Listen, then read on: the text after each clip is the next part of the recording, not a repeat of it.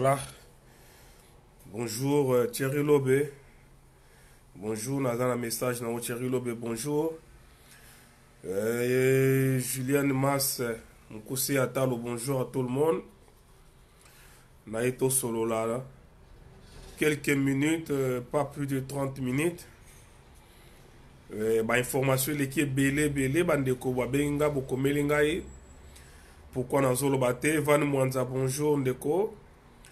Tous en au moins 3 sujets. Ozali makasi na actualité. Eza makambo ya drapeau. Le prophète de la nation Boketwa Yambo. Opakos animation, bonjour. Boketwa Yambo, na commanda iso.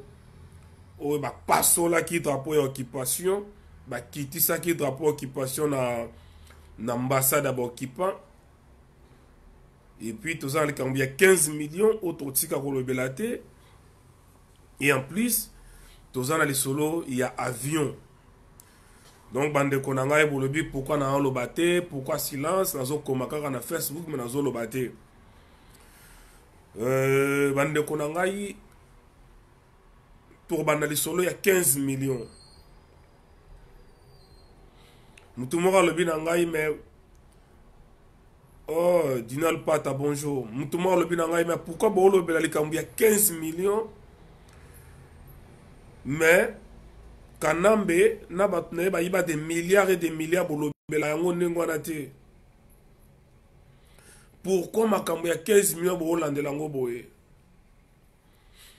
Bande Konangaï, na Rolbelo Komoko, tant que le chaque fois que il faut que justice Salama. Ceux qui le monde va congolais va comment diviser que au moins 65% tout le 80% va congolais va aller contre Bizimungu Chilombo. C'est parce qu'il n'y a pas la justice. Donc justice tout ça que senga les allez pour na balobela makambo ya ba milliards et des milliards de dollars ba yiba. Et ça pour na que justice salama ya bandeko ba kufambula na Congo. C'est pour cela que la justice wana. Donc, quand on a 15 millions, non, non. Félix nde aboyi ke batu balandela yango. Félix nde aboyi ke baye bakolandela makambo wana. Bonjour Dinal Pata. Mais bande konangai. Et ça la passi ah non so vos amis bali bokita boyebi sika kanamba vandaka pour le kinga katite oh Félix Fabenguier magistrat suprême. Qui dit magistrat suprême? Oh Mbengazola, bonjour.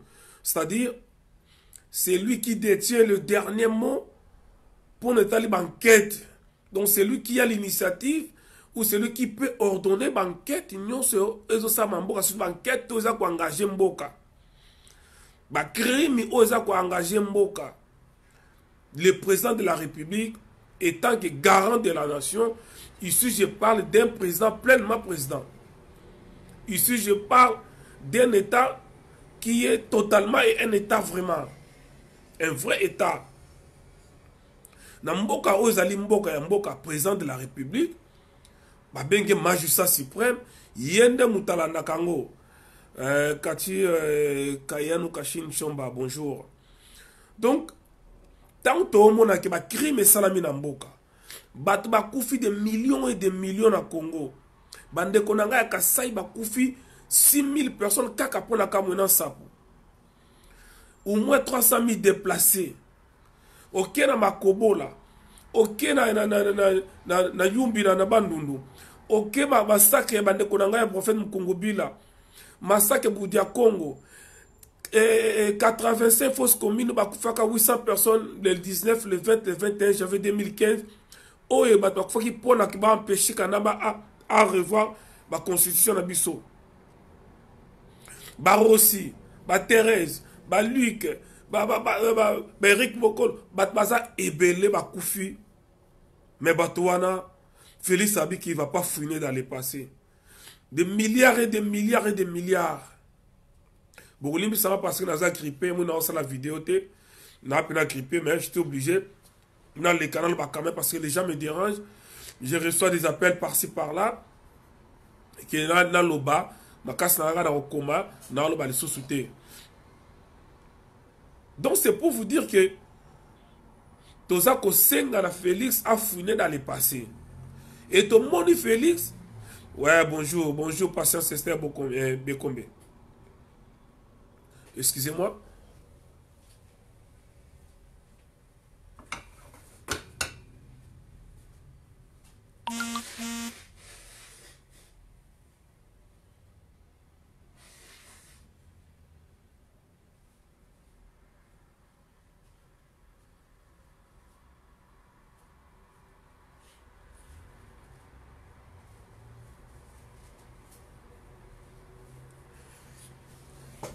Voilà, excusez-moi. Donc, je disais, il y a eu des crimes où salami en dengue en dengue.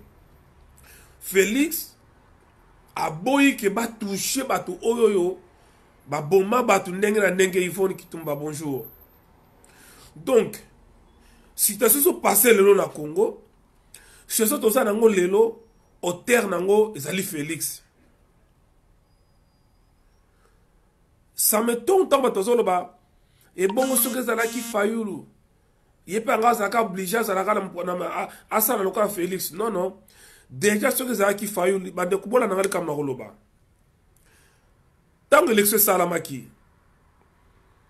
présidentiel, tant que l'équipe a publié Fati président, a fait nommer Fati, greffier international, le soir comme on fait. Tant que nommé Fati, pour n'avoir qu'un débat, publié l'élection législative. On a eu presque 2-3 mois pour avoir député Babima. Même sur les acquis 2 semaines. Na place, il a fallu le savoir Eric, voilà. Eric Nemiala, bonjour. Tricia Azamiki Ngarbi Boye. Un instant, les protagonistes en débandade. Criminologie au sommet de l'État, Sali. Totalement ça, mon frère Toro Blanco. La criminologie au sommet de l'État. Voilà. Donc, ce qui faillit les gars qui président, Nazolo Makambo parce que Ngai, Navanda, Makamnyon, so faillit Azali, mon vieux, c'est notre président. Mazam Mouton, Koko approché les lotés, Yebi. Ce qui faillit la comme qui président, n'est-ce pas si Oyoyo, il y a proclamation, il y a un résultat présidentiel, tu te commas dans la législative. Dans le moment où on a un président, un vrai président, on a un nini, le col a failli. Alnaka longolana nous seni wana. Ceux qui président ali élu, le col a Martin Fayulu, a longoli seni wana. Maza Kajabi Boy Saline de cause. Merci, merci beaucoup Ndeko, merci. Dans le pays, c'est le combat, même ceux qui faillent, on a le côté, on a obligé à ça, la faire à ça, là, on a travaillé quand on a Kabila, parce qu'on a la majorité. Dans le expliqué, on découpe le Makambo Yorubaka. Fayoul élu président, on a la nommé, on a la élu parce qu'il était déjà élu. Ce qui, récolter qui, résultat, il y a Fayoul, on a dissoudre, on a bengi seni. Alongo li seni wana bananga ati vrai seni parce que na vrai seni a solo jamais ngai ko pesa kanambe majorité na parlement. La vraie seni jamais ngai ko pesa kanambe majorité na parlement. Bande konanga comment expliquer bato o ba poli na élection bato ba échouer ba détruire mboka pendant 18 ans ba kende koza la majorité na parlement. Donc cela veut dire il y a eu ce qu'on appelle parodie électorale. Jean-François Bengoli, bonjour. C'est-à-dire, le fait que Fayoul n'a pas changé ses niwana, quand Namberga cause la majorité, les sous na parlement. Le quoi n'a pas majorité na parlement, c'est-à-dire, et nous avons et le comment côté ngo tinda que Fayoul a travaillé na Kanambe. Parce que raison bon bah peut se salir que Fati a obligé à travailler, a obligé à travailler dans Kanambe Parce que Kanam Azali majorité dans le Parlement. Ok. C'est parce qu'il était nommé. Parce qu'il est arrivé au sommet de l'État par un deal. Parce que si réellement Facha Zalaki nommé et qui élu, ceux qui Facha Zalaki élu, et local bosso, angara longola nous seni wana parce que tout le monde sait que la CENI est inféodée, la CENI est instrumentalisée. C'est nous les alliés maboko ya Kanambe. Donc ceux qui Facha Zalaki présent, a qui élu, il fallait que le local bosso CENI wana avant de publier l'élection électorale et législative. Parce que la vraie CENI, on ne rappelle ça jamais Kanambe majorité. Et à ce moment-là, Kanambe ngakazala par terre, on a la majorité dans le Parlement, encore moins. Et on a la sénateur et on a la paix dans le gouverneur. Parce que le gouverneur va voter à Bango dans le sénateur. Le sénateur va voter Bango dans le député. Donc, de fait, quand on appelle déjà CENI, cela veut dire que ngoza tebe bango lingala singama tembele kanamba ngakoza na place mususu te. Rikini mela bibo wana ya solo na justice ya kanamba nyonso so ki fayo lubango nyonso na exil. Mais obligé. Et ba yeba ki yango bien que ba koki kotsa fayulu te posto kotie fayulu yeba ka yango eloka liboso ngaka sala. On a dit sur makambu ya kati. Dinal Patabi boy courage mon frère Waiza pepe nde mokonzi Zambia azala aza pepe abinini aza aza simaya pepe il y aura un jour tokolonga elika ezaboti kate tokolonga ingeta mama Dinal Pata la femme du patron. Voilà. Donc Fayou le président Kanamba yeba ki on bielo kaliboso Fayou ngaka longola CENI wana. Nazo beta no makambu oyo parce que naza mutu ya kati, naza mutu ya eside te, nazali fayuliste. Ya balabala te mais ya proche ya fayulu. Voilà. Donc le local bosanga longo la CENI. De fait que nga longo la CENI automatiquement Kanambe nga kozala sosu na ba député te, automatiquement nga za ba sénateur te, encore moins ba gouverneur. Suko web sangai Kanambe alingaki kosala susu nini makelele nyonso bomona oyo ba 15 millions ya ba avion ya kofule na pasete ya ba rétro commission ya ba gratuité scolaire moko boya lokuta ya ba nini nyonso bomona olinga kosala te et na lobite ke nyonso facha to sa les ali mabe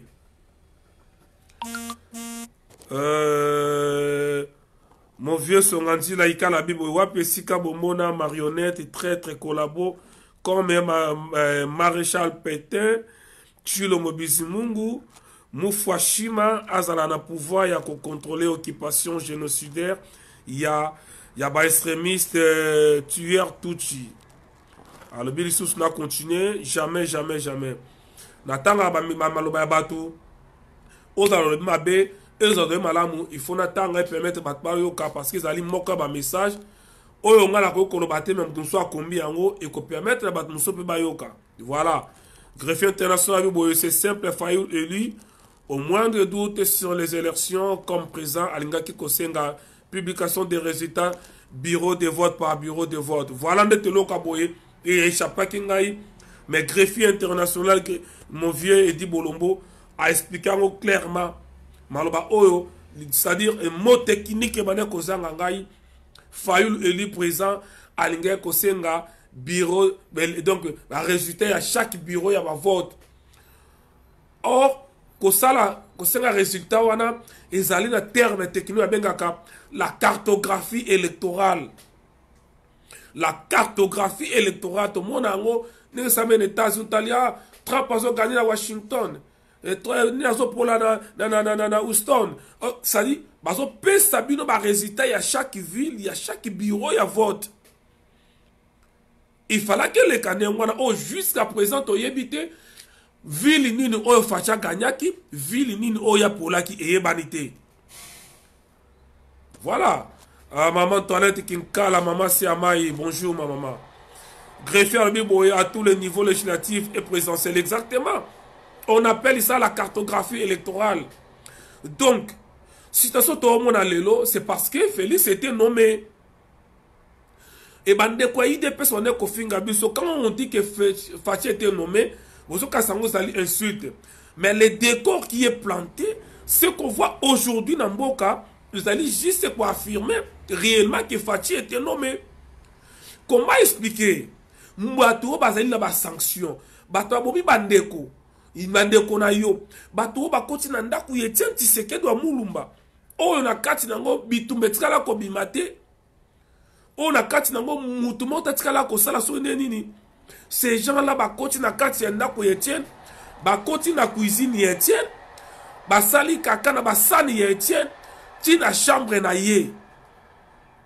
Et ces gens-là ne sont pas poursuivis.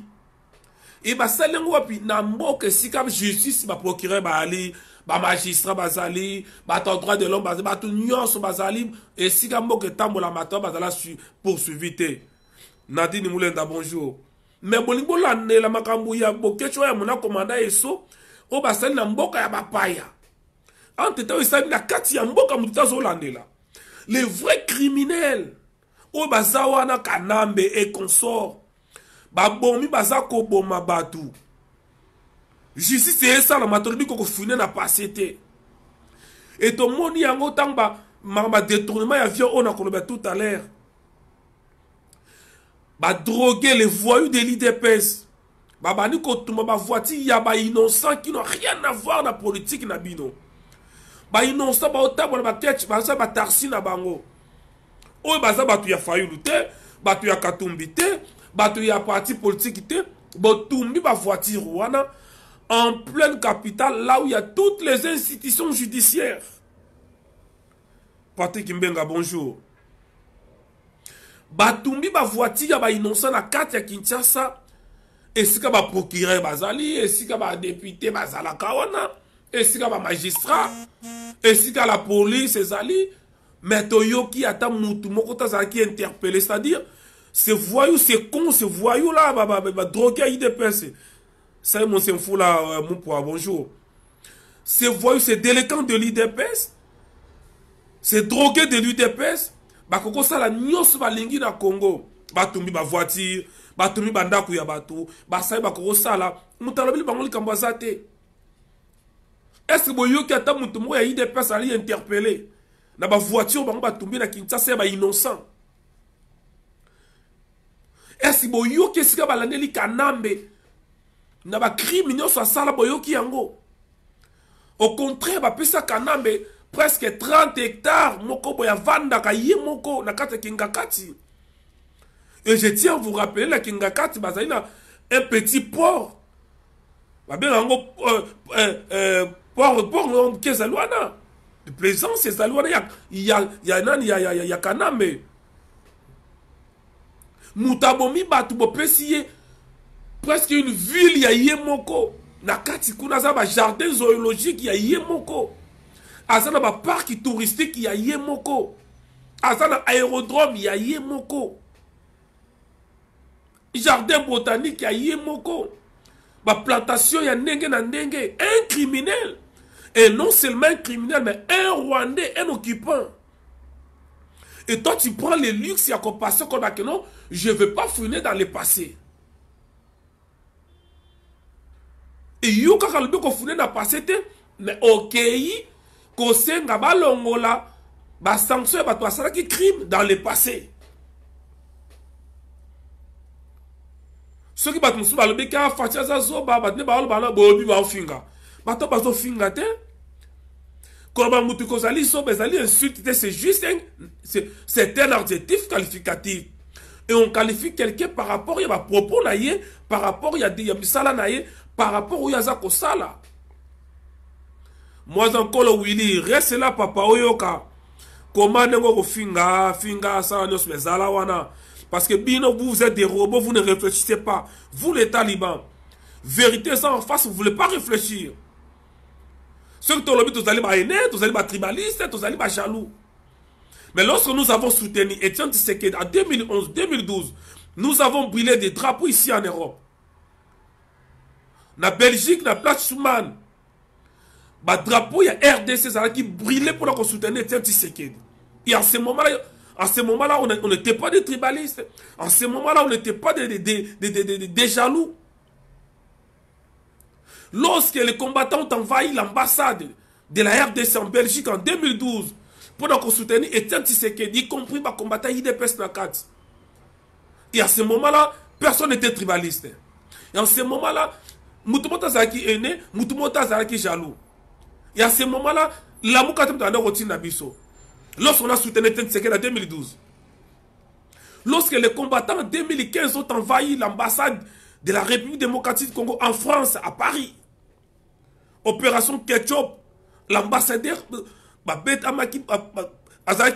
donc saccagé l'ambassade. C'est pour soutenir Makamboele Karamboka. Et à ce moment-là, personne n'était tribaliste.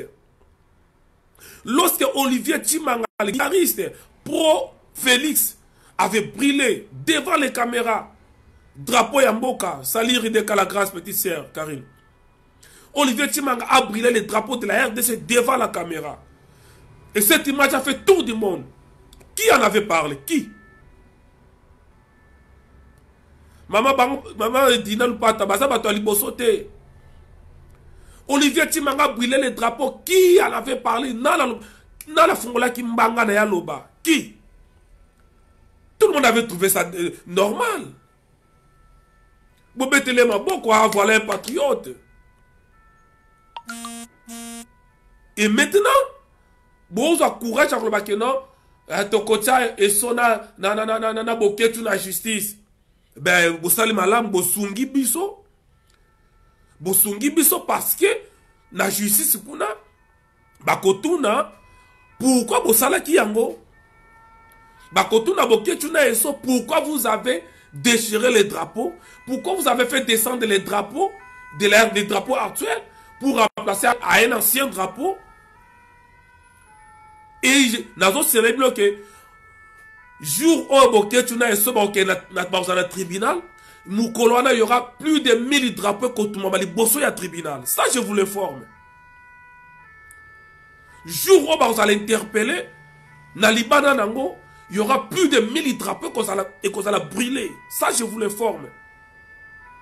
Vous êtes des malades. Boluka kombo musudo opesa bino. Bato abomi bato ba otambola tranquillement. Ceux qui boketu na eso bakati juste une étoffe. Bolibi que non, ils allaient symbole yamboka, emblème yamboka. Et bongo ba bazu ba teki mboka, bazu bomwana ba congolais.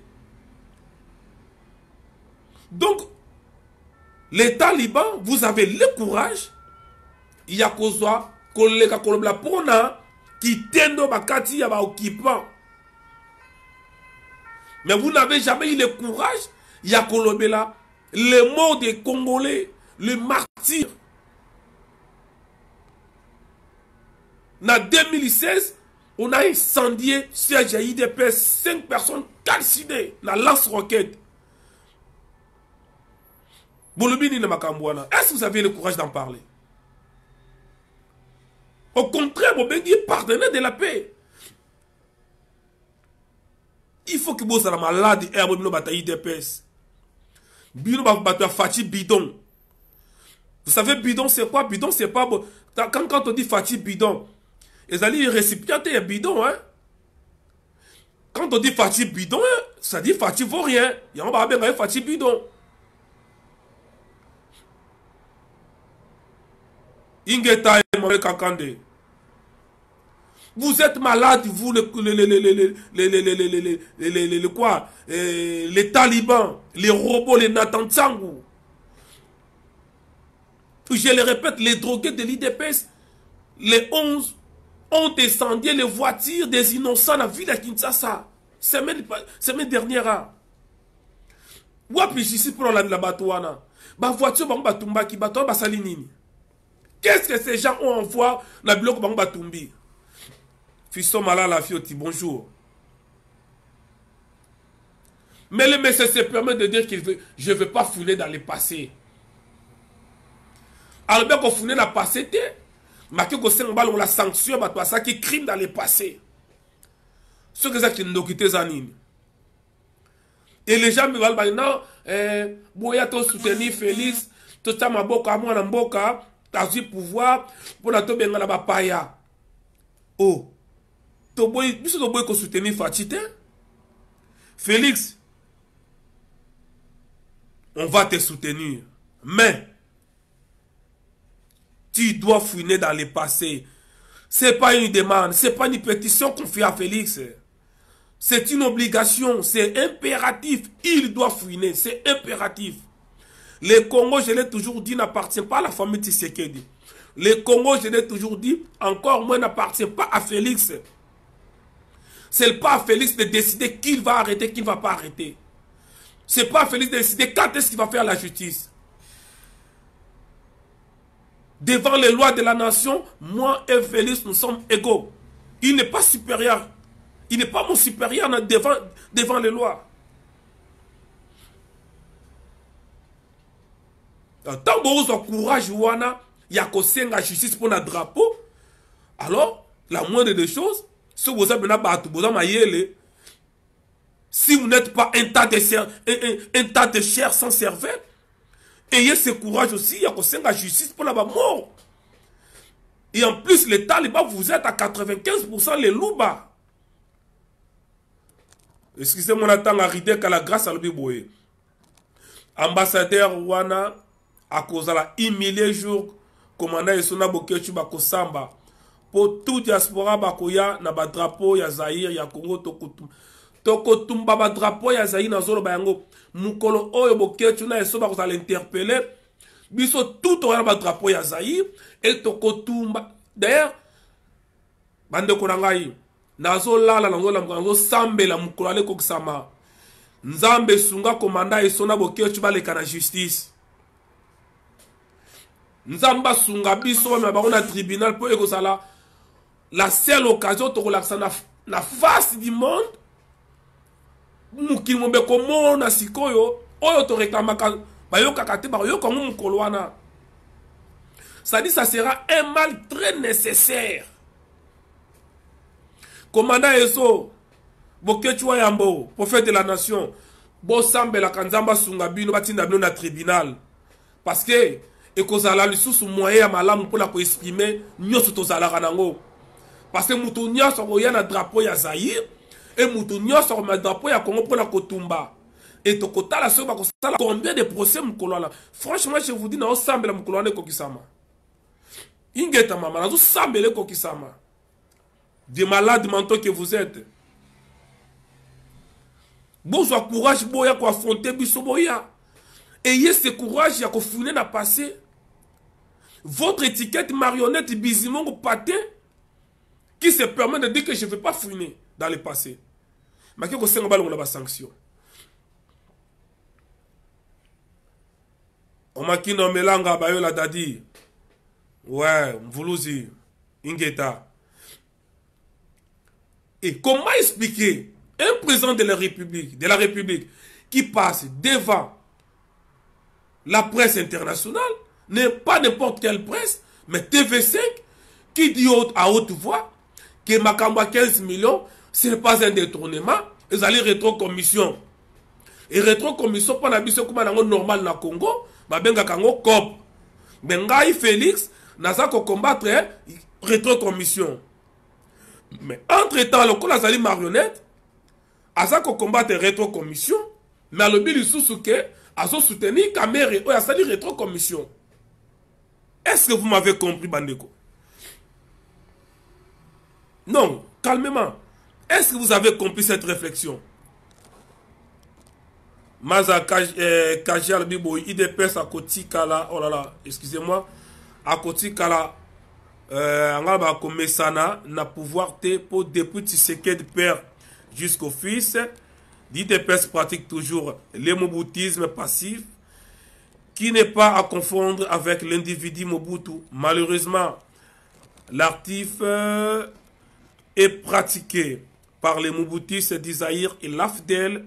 Équation et comment dénaturer Mingite bazo comprendre yango inge tandeko yango na lobaka boko maka osali kambako loba koma yango ngala za mutu na koye bate na koko mweko ko échapper nga mais comment ngana kotanga yango eza lokola na pesi malobango bato batanga bato so yoka yango ingeta ndeko na ngai na tolandi yo.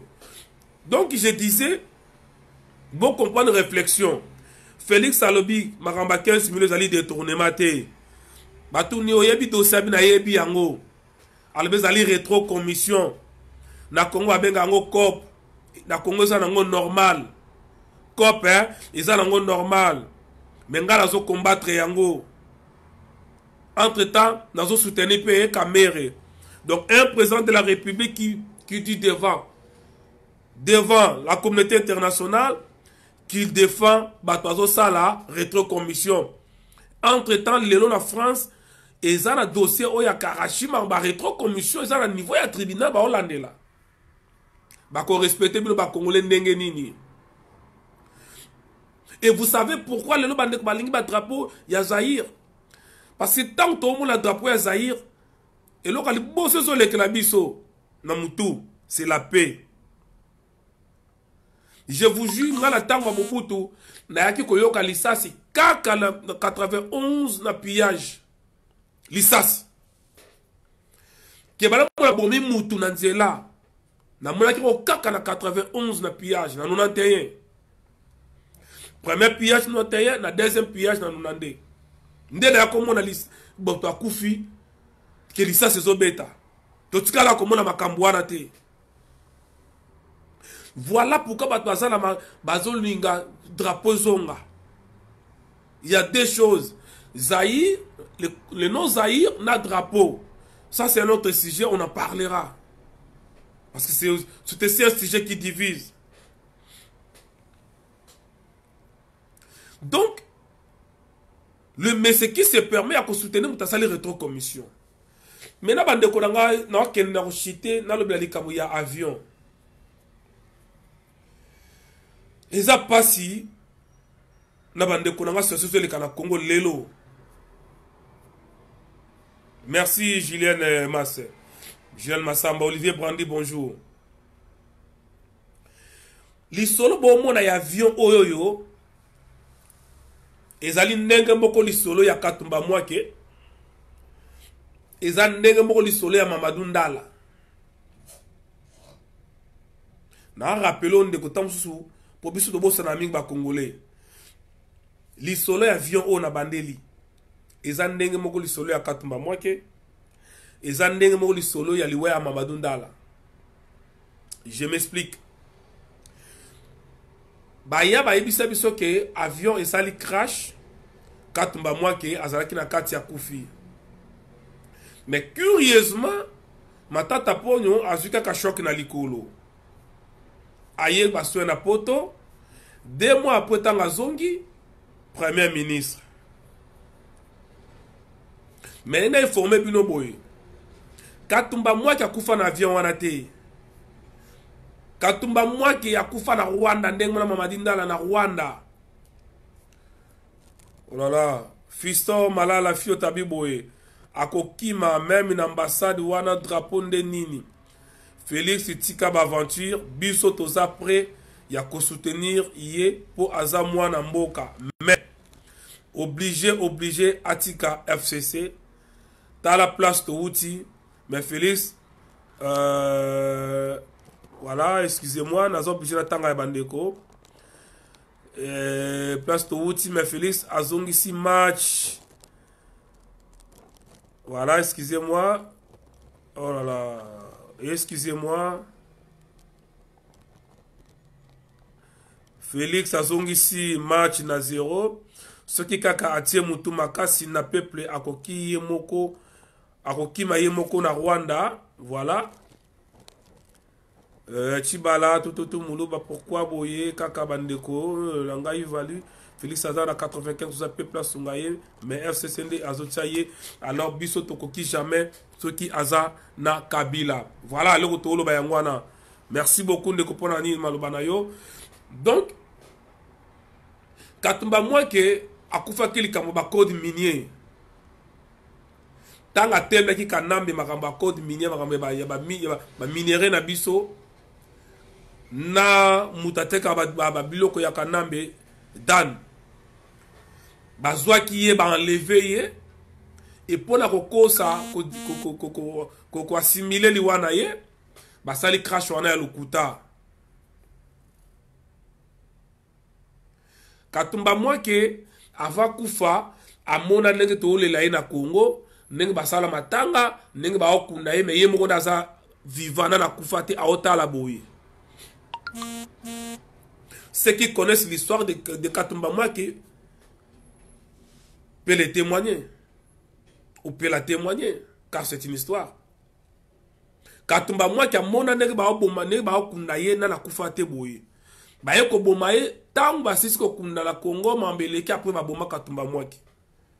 C'est bien parce que babi pitié te pona ba collabo. Car Katumba Mwake azali mutu wa pesa kanambe kombo ya Joseph Kabila Kabange. C'est Katumba Mwake. Katumba Mwake qui a façonné Hippolyte Kanambe. Yango batane wana jamais je dirais paix à son âme. Akenali felo Katumba Mwake sikazali. Je m'en fous yo mutu olandanga olingaka ye tout. Je suis libre ya kolbake Katumba Mwake akenali felo. Ndenge mona kizenga, ndenge moko na malumalu, ndenge moko na bamende, ndenge moko na batu nyonso wana bakende na lifelo. Ndenge moko na bakatumbi pe kende na lifelo, ndenge moko na batu to ba détruire mboka soko kufi kende na lifelo.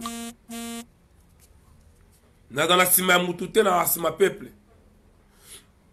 Donc Mamadou Ndala ndenge moko azala na kati ya jipu ekufaka te oyo ba bombardaka wana te baenleve ye azokufa amona ndenge baolela ye makambo avion oyo bandeko na nga avion zali wapi soki avion sali crash mais yo président de la République le cas sala mot d'ordre pardon mot ya circonstance pourquoi so sala mot ya circonstance te. Pourquoi Félix ne permet pas qu'on le casse à ta discours? Pourquoi ça l'a ngoté? Pourquoi le loto sur la boye, lelo? Et c'est qu'avion est kenda et banate. Pourquoi? Bino bande ko landangai, oh non, peuple mo konzi loba, comment boye. Totu na pourquoi elo ko mo rezolo ba maté na Congo ti lelo. Avion wana ke wapi? To mone ba photo, oh non, avion quoi ki na Sankuro. Na bande ko so mona sika avion ekoya avion ezike ko me matiti sika ko matiti ali vert ici au mona sika avion ko me bilamba ekanga na banzete bilamba bato avanda rabasani banzete avion utko ko ya sibo mona yango. Donc c'est pour vous dire que ezama ya lukuta avion wana ba yebisika ezali Félix ayebisika avion ezali Kamere ayebisika avion ezali. Oui, merci Thérèse Senge. Bango tout bazawana ba yebi esika avion wana ezali. Mais pourquoi ba on lobate? Ouais, Igor Makalamba lebinini. OK, nazolo ba merci. Donc bango bazawana ba yebi esika avion wana ezali. Mais pourquoi ba on lobate? Parce que ezali GO et salamina bango nyonso. Depuis kaka iye Bizimungu Patin Félix akenda ki na réunion bazala ki nango na Bukavu. Na président Obasanjo ya Nigeria, na Kagame, na Kanambe alinga koyate na moi makendaki na Butu. Na réunion wana, il fallait que ba appliquer au ezali ba accord ya M23, c'est-à-dire le 23 mars. Eh, greffier et talibiso TV. Et talibiso TV. Donc, il fallait pas appliquer yango et y a résisté. Il y a un moment temps aleki, albi kazali prêt à kokufa pour la paix. Na Congo mais Félix soko kufa pona kimé à Congo osunga biso za malamu parce que batebele ba kufi ba rosi 6000 personnes ba kufi na Kasai na mboka na yo 2000 personnes na Makobola des millions de Congolais ba kufa pona kimia yo soko kufi kote ozala o faciliter biso bon débarras. Donc bande ko nga bolonga na émotion avion wana ezali disparu ezomona na te. Et puis, bah, si biso qui avion les alliés, bah, ukrainiens, le kuta, bah, toi, comment vous allez, bah, russe. Tout le monde, bah, russe, bah, on va dire que le bayango, que, bah, zali, bah, russe. Et en plus, avion, on a Antonov, C-72, et zali porté disparu, ça, na Rwanda. Bah, kangi sécurité, na union, so, rapproché à Félix, en otage. Jusqu'à ce qu'il y a un makambo, bah, on va au Sengaï. Ridek à la grâce, Félix c'est vraiment un illettré, un bidon, un chécoulaire, il doit démissionner.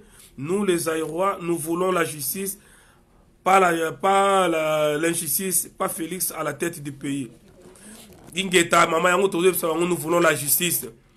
Voilà donc la moukouse avec na oumelate, mais tokosola lisusu lobby. Merci de Kokoti Yolande Kanyeba, bonjour, merci. Tokosola lisusu lobby.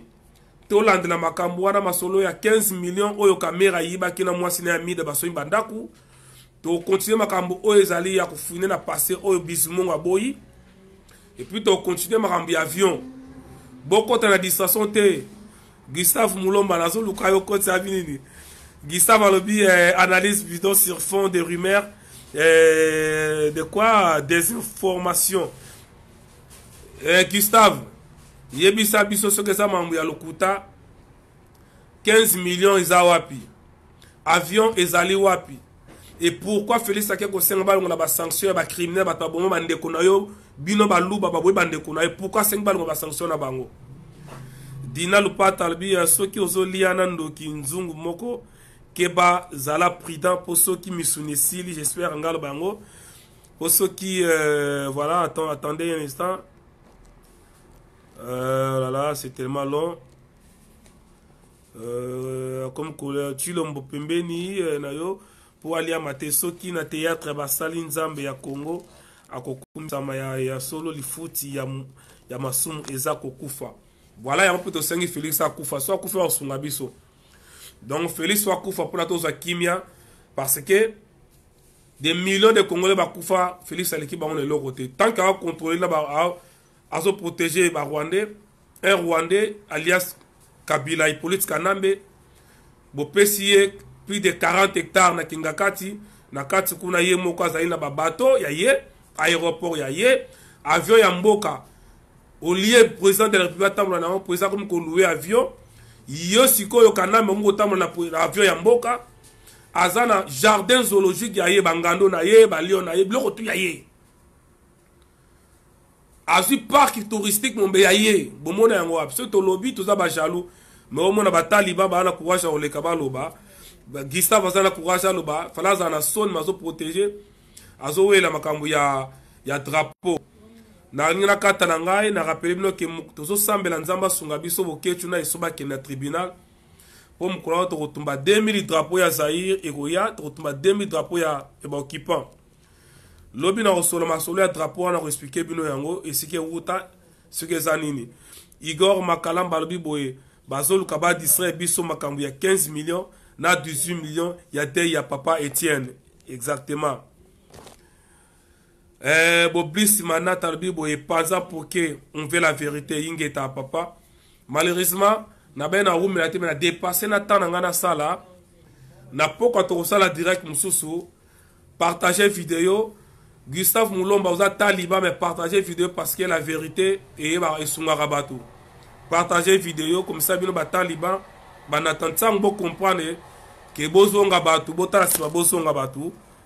Nangina kata me ba message belé greffeur bibo 100 millions de dollars et peut disparaître selon la cage mais oui Gustave Moulomba la biboye ozalaka pe na mandimi na yo hein mais na ebsaka yo nazala leader oyebi yango moni yemo le baba yo kayo donc merci ba N sur N par contre bozo soutenir ba basala Kabila nazo soutenir bango te na ebsaki yo muzi azarana fayo me fuba kanga muzitu katumbi fuba kanga ye parce que baba miyibi.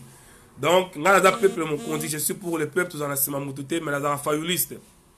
Donc, bande konangai, ndenge na baki no sala 20 minutes, on a sali plus, parce que, bato kota, bozo kota, mais, et là, qu'on y si la kate, il faut si la main, Félix Aboy, que makama kabile si la.